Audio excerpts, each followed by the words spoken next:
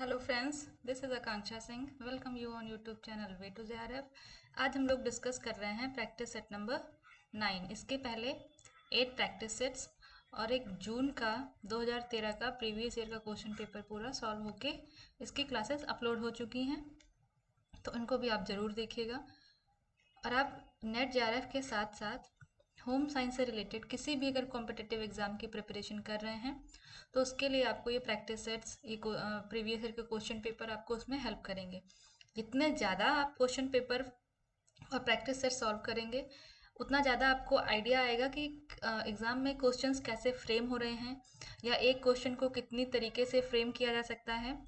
तो ये सब आपको, और आपको ये जो जितने भी आप प्रैक्टिस करेंगे, क्वेश्चन सॉल्व करेंगे, ये आपके कॉन्सेप्ट को क्लियर करने में, कॉन्सेप्ट्स को इम्प्रूव करने में भी हेल्प करेंगे। तो चैनल पे प्रैक्टिस सेट के साथ साथ अगर आप लोग थ्योरी क्लासेस भी चाहते हैं कि थ्योरी क्लासेस भी अपलोड की जाए प्रॉपर, तो आप कमेंट सेक्शन में बताइए। और अगर आप आज पहली बार क्लास देख रहे हैं या आप चैनल पर पहली बार हैं तो चैनल को सब्सक्राइब जरूर कर लें और अपने फ्रेंड्स के साथ क्लासेस को शेयर कर दें। और क्लास अगर आपको अच्छी लगती है लाइक एंड कमेंट करके जरूर जाएं। तो हमारा पहला प्रश्न क्या है? The word textiles comes from a Latin word which means, जो टेक्सटाइल वर्ड है ये लैटिन वर्ड से आता है, तो इसका मीनिंग क्या है? तो इसका मीनिंग है वीव, मीन्स बुनाई करना। टेक्सटाइल्स वर्ड का मीनिंग है वीव या बुनाई करना। नेक्स्ट क्वेश्चन आता है हमारा question number 2। Fabrics with low density, जो लो डेंसिटी फैब्रिक होते हैं उनका जो वजन है वो कम होता है, हैव लेस वेट। तो जो भी लो डेंसिटी फैब्रिक होते हैं वो पानी में अगर आप उनको रखोगे तो वो पानी के ऊपर फ्लोट करते हैं या पानी में डूबते नहीं हैं। सेम वही अगर हाई डेंसिटी फैब्रिक है तो उसका वेट ज़्यादा होगा और पानी में वो नीचे सिंक कर जाएंगे या बैठ जाएंगे। हैव लेस कवर, कवर मतलब कितना एरिया कवर कर रहा है, इससे डेंसिटी से कोई रिलेशन नहीं है। उसके बाद बेटर हैंड, अगर आप हाथ से छू रहे हैं तो आपको कैसा फील हो रहा है। उसके बाद आता है रेजिलेंसी। बताना आपको ये है कि जो रेजिलेंसी है ये टेक्सटाइल फाइबर्स की प्राइमरी प्रॉपर्टी है या सेकेंडरी प्रॉपर्टी है। आपको कमेंट सेक्शन में बताना है कि जो ये रेजिलेंसी है ये प्राइमरी प्रॉपर्टी है या सेकेंडरी प्रॉपर्टी है। और नेक्स्ट डे आपको इसका आंसर मिलेगा इन द शॉर्ट्स के फॉर्म में। शॉर्ट्स के फॉर्म में इसको रेजिलेंसी को प्रॉपर पूरा डिटेल में डिस्कस करके हम लोग एक शॉर्ट में इसका आंसर अपडेट कर देंगे। रेजिलेंसी क्या है, इसके लिए आपको पहले आंसर करना है कि रेजिलेंसी प्राइमरी प्रॉपर्टी है या सेकेंडरी प्रॉपर्टी है। नेक्स्ट क्वेश्चन हमारा आता है question number 3। Conjunctival xerosis means of conjunctiva. जहां पे भी आपको जीरो दिखे, जीरो मतलब ड्राई, तो कंजक्टाइवल जेरोसिस मतलब conjunctival xerosis means dryness of conjunctiva. Conjunctiva का ड्राइनेस, इसको हम कहते हैं कंजक्टाइवल जेरोसिस। ब्लाइंडनेस मीन्स जहाँ पे लाइट कम है या अंधेरा है वहाँ पे प्रॉपर विजन नहीं होना है, प्रॉपर नहीं दिखना, उसको हम ब्लाइंडनेस कहते हैं। नेक्स्ट क्वेश्चन है question number 4। Pulses lacks but are rich in, ये हमारे पास जो ऑप्शंस है ये क्या है? ये हमारे एसेंशियल, ये अमीनो एसिड्स दे रखे हैं। तो पल्सेस में या दालों में कौन सा अमीनो एसिड नहीं होता है और कौन सा रिच होता है, ये हमको बताना है। तो हमारा ऑप्शन जो डी है ये सही हो जाएगा। पल्सेस में ट्रिप्टोफैन नहीं होता है और लाइसिन में रिच होती है। यहाँ पे हमने पढ़ा है दो टाइप के, एक इसेंशियल अमीनो एसिड और एक नॉन इसेंशियल अमीनो एसिड। तो इनको याद करने के लिए चैनल पे एक वीडियो अपलोडेड है जिसमें आपको ट्रिक बताया गया है। बिल्कुल सिंपल ट्रिक से आप एसेंशियल और नॉन एसेंशियल अमीनो एसिड्स को याद कर सकते हैं। तो ये वीडियो का लिंक हम आपको ऊपर आई बटन पे मिल जाएगा, तो यहाँ से भी आप चेक कर सकते हैं एसेंशियल अमीनो एसिड और नॉन एसेंशियल अमीनो एसिड को इजिली कैसे याद किया जाए। तो हमारा जो ऑप्शन डी है ये सही हो जाएगा। नेक्स्ट क्वेश्चन आता है question number 5। Act as a precursor of niacin, niacin का प्रिकर्सर के रूप में क्या कौन काम करता है? तो प्रिकर्सर का मतलब क्या है? तो यहाँ पे जैसे हमने जो भी डाइट ले रहे हैं, डाइट में अगर नियासिन नहीं है लेकिन हमारी डाइट में ट्रिप्टोफैन है, तो ये जब ट्रिप्टोफैन है ये हमारी बॉडी में जाएगा। बॉडी में जाने के बाद ये नियासिन में कन्वर्ट हो जाएगा और नियासिन की जो कमी हो रही है उसको पूरा करेगा। तो ट्रिप्टोफैन जो है ये नियासिन का प्रिकर्सर होता है। अगर आप डाइट में नियासिन नहीं ले रहे हैं बट ट्रिप्टोफैन ले रहे हैं तो एज सच नियासिन की डिफिशियंसी या नियासिन की कमी नहीं होगी। नेक्स्ट क्वेश्चन आता है question number 6, find odd one. यहाँ पे हमारे पास 4 ऑप्शन है, एनपीयू, बीवी, डगलस बैग, एनपीआर। इनमें से 3 ऑप्शन एक जैसे हैं और एक ऑप्शन अलग है। तो इसमें जो डगलस बैग है ये कैलोरी मेजरमेंट में यूज किया जाता है। बाकी एनपीयू है, बीवी है, एनपीआर है, ये सब प्रोटीन मेजरमेंट के लिए यूज किए जाते हैं। तो यहाँ पे हमारा जो अलग ऑप्शन है वो है डगलस बैग। तो बाकी हम बात करते हैं एनपीयू, नेट प्रोटीन यूटिलाइजेशन। इसमें हम देखते हैं कि percentage of protein retain in body.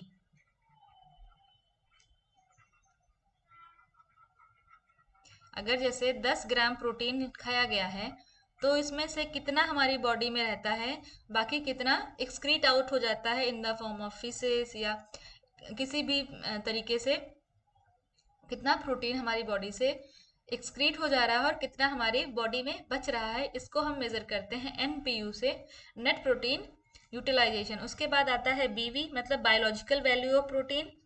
ये हम देखते हैं कि कितना प्रोपोर्शन ऑफ प्रोटीन जो है वो अब्जॉर्ब की गई है, जैसे हमने। और सबसे बेस्ट बायोलॉजिकल वैल्यू किसकी होती है, इसको अगर हम मेजर करते हैं तो एग की जो प्रोटीन है इसको हम मानते हैं best biological value of protein, क्योंकि एग प्रोटीन में सारे एमिनो एसिड्स पाए जाते हैं।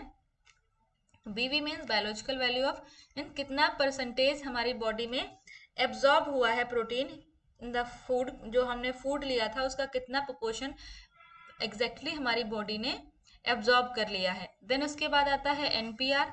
तो एनपीआर क्या है, protein net protein retention. Net protein retention, तो नेट प्रोटीन रिटेंशन क्या है, इसमें हम देखते हैं एक हमारा, हम बोल सकते हैं कि in the form of experiment 2 group होते हैं, एक ग्रुप और 2 ग्रुप। एक ग्रुप को प्रोटीन वाली डाइट दी जा रही होती है, एक ग्रुप को प्रोटीन फ्री डाइट दी जा रही होती है, इसमें प्रोटीन नहीं होता है। फिर हम दोनों में कंपेयर करते हैं कि प्रोटीन वाली डाइट में कितना वेट गेन हुआ है, तो ये होता है हमारा net protein retention. Next question आता है हमारा question number 7, breastfeeding is not given when. Breastfeeding कब नहीं कराई जाती है, ऑप्शंस क्या हैं, mother suffers from chronic illness, infant is weak, mother acquires acute infection, या all of the above. Means mother को कोई एक पुरानी बीमारी है या लॉन्ग टाइम से वो बीमार है, इन्फेंट वीक है, वीक का मतलब क्या है, प्री मेच्योर है या प्री टर्म है, वो उसमें जो जो इन्फेंट में जो नेचुरल रिफ्लेक्सेस होते हैं,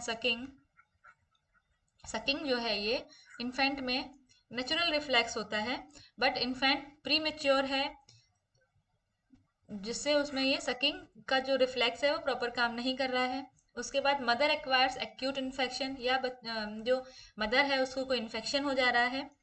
तो इन सभी कंडीशन में ब्रेस्ट फीडिंग अलाउड नहीं होती है, ब्रेस्ट फीडिंग नहीं देना चाहिए। तो हमारा ऑल ऑफ द अबव जो आंसर है ये सही हो जाएगा। नेक्स्ट क्वेश्चन आता है question number 8, a protein present in the blood cells. जो ब्लड सेल्स में कौन सी प्रोटीन प्रेजेंट होती है, तो वो होता है हमारा RH फैक्टर, जिसको हम बोलते हैं रिसस फैक्टर। तो ये क्या है, जो हमारे ब्लड सेल्स होते हैं, ब्लड सेल्स के ऊपर एक कोटिंग लगी होती है, तो ये प्रोटीन की जो कोटिंग होती है उसको हम RH फैक्टर बोलते हैं, और ये हमारे जेनेटिकली इनहेरिटेड प्रोटीन होती है जो ब्लड सेल्स के ऊपर पाई जाती है। नेक्स्ट क्वेश्चन है question number 9, is a process by which minerals and other substances are added to the cartilage and make bone harder। इसमें हमने बताया गया कि ऐसी कौन सी प्रोसेस है जिसमें मिनरल या अदर सब्सटेंस जो हैं वो कार्टिलेज में ऐड होते हैं और उनको हार्ड बोन के फॉर्म में बनाते हैं। हमने पढ़ा है ना कि जब छोटा बच्चा है या जो इन्फेंट है उसमें जो बोन्स हैं वो in the form of proper bones नहीं, वो कार्टिलेज के फॉर्म में होते हैं। धीरे धीरे इनमें मिनरलाइजेशन होता है, फिर वो हार्ड होके बोन में बोन बनती हैं, बोन के फॉर्म में आती हैं। तो उसको हम कहते हैं ओसिफिकेशन। ओसिफिकेशन की प्रोसेस क्या है, जो कार्टिलेज है, कार्टिलेज का मिनरलाइजेशन हो रहा है, उस पर मिनरल जाके इकट्ठे हो रहे हैं, कैल्शियम है, ठीक है, विटामिन डी, कैल्शियम, ये सब जा रहे हैं, जिससे कार्टिलेज जो है वो हार्ड हो रहा है और बोन बन रहा है, जिससे बोन हार्ड हो रही है, तो इसको हम कहते हैं ऑसिफिकेशन। क्रोमैटिन क्या है? ये जेनेटिक प्रोटीन है, क्रोमोसोम्स में पाई जाती है। उसके बाद क्लासिफिकेशन में चीज़ों को एक वर्ग में डिवाइड करना, उनके उनकी जो क्वालिटीज हैं उनके अकॉर्डिंग चीज़ों को अलग अलग डिवाइड करना, उसको हम क्लासिफिकेशन कहते हैं। यहाँ पे टर्म आ गया क्या? एसिमिलेशन। यहाँ पे हमने दो टर्म पढ़े हैं, एक तो एसिमिलेशन, दूसरा एकोमोडेशन, स्कीमा। ये सारे टर्म्स हमने पढ़े हैं ना, जीन पियाजे की थ्योरी है। तो आपको बताना ये है कि जीन पियाजे की कौन सी थ्योरी है जिसमें हम लोगों ने स्कीमा, एसिमिलेशन, एकोमोडेशन ये सब पढ़ा है। तो साइंटिस्ट का नाम बता दिया, पियाजे की थ्योरी है। तो कौन सी थ्योरी है? थ्योरी का नाम आपको बताना है। तो यहाँ पे आपके पास दो क्वेश्चन हो गए, एक तो पियाजे की थ्योरी, दूसरा रेजिलेंसी प्राइमरी प्रॉपर्टी है या सेकेंडरी प्रॉपर्टी है। नेक्स्ट क्वेश्चन आता है क्वेश्चन नंबर 10। क्या है? The is a test where high frequency sounds wave are beamed at the uterus. Uterus पे हाई फ्रिक्वेंसी की साउंड बीम्स को डाला जाता है यूट्रस पे, उसको हम क्या कहते हैं? तो उसको हम कहते हैं अल्ट्रासाउंड। तो अभी हम यहाँ पे देखते हैं कि फीटोस्कोपी क्या है। फीटोस्कोपी एक इंडोस्कोपी प्रोसेस है ड्यूरिंग प्रेगनेंसी। इसको अलाउ किया जाता है एक मेडिकल इंटरवेंशन के लिए। जैसे कोई प्रेगनेंसी है, उसमें जो यूट्रस है, यूट्रस में अगर जो भी यूट्रस में कोई मेडिकल कंडीशन आ रही है, जैसे एबनॉर्मल ब्लड वेसल्स हैं, स्पाइना बाइफिडा हो रहा है, तो इन सब चीज़ों को ट्रीट करने के लिए मेडिकल इंटरवेंशन किया जाता है, या एक तरीके की इंडोस्कोपी प्रोसेस है, उसको हम कहते हैं फीटोस्कोपी। जो abnormal blood vessels, spina bifida, जो ऐसी एबनॉर्मल कुछ हो रहा है या बायोप्सी है, तो इस टाइप की ट्रीटमेंट के लिए फिटोस्कोपी यूज़ किया जाता है। और अभी क्या हमने पढ़ा? High frequency sound wave use किया जाता है, उसको हम कहते हैं अल्ट्रासाउंड।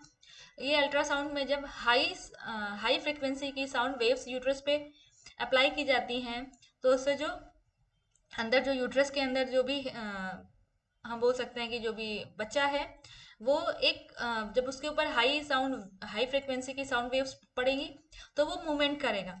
जब वो मूवमेंट करेगा तो वो एक इमेज के फॉर्म में स्क्रीन पे दिखता है, तो उसको हम कहते हैं अल्ट्रासाउंड्स। एक्सरे। एक्सरे क्या है? ये एक इलेक्ट्रोमैग्नेटिक रेडिएशन है जो जनरेट करता है इमेज ऑफ किसी भी स्ट्रक्चर की, या किसी भी हार्ड जो हार्ड टिश्यू है, हार्ड स्ट्रक्चर है, इसकी इमेज को जनरेट करता है। ये मैग्नेटिक एक इलेक्ट्रोमैग्नेटिक रेडिएशन होता है। उसके बाद आता है एलाइजा टेस्ट। ये क्या है? इसका फुल फॉर्म क्या है? एंजाइम लिंक्ड इम्यूनो एसे। ये हो गया एलाइजा का फुल फॉर्म। और ये यूज किया जाता है ये डिटेक्ट करने के लिए कि ब्लड में कौन सी एंटीबॉडीज हैं, कौन सी एंटीबॉडीज नहीं है। ब्लड में एंटीबॉडीज को डिटेक्ट करने के लिए एलाइजा टेस्ट किया जाता है। तो क्वेश्चंस आपके लिए यहाँ पे दो हैं, एक तो पियाजे की थ्योरी का नाम आपको बताना है, दूसरा रेजिलेंसी प्राइमरी प्रॉपर्टी है या सेकेंडरी प्रॉपर्टी है, ये आपको बताना है। तो यहाँ पे हमारा 10 क्वेश्चन सॉल्व हो गए। और अगर आप क्लास आज पहली बार देख रहे हैं तो चैनल को सब्सक्राइब जरूर करें, और जहाँ तक पॉसिबल हो सके अपने फ्रेंड्स के साथ शेयर जरूर करें। और क्लास अगर आपको अच्छी लगी है तो लाइक कमेंट शेयर सब कुछ करके जाएं। मिलते हैं नेक्स्ट क्लास में, तब तक के लिए wish you all the very best, good luck, bye bye.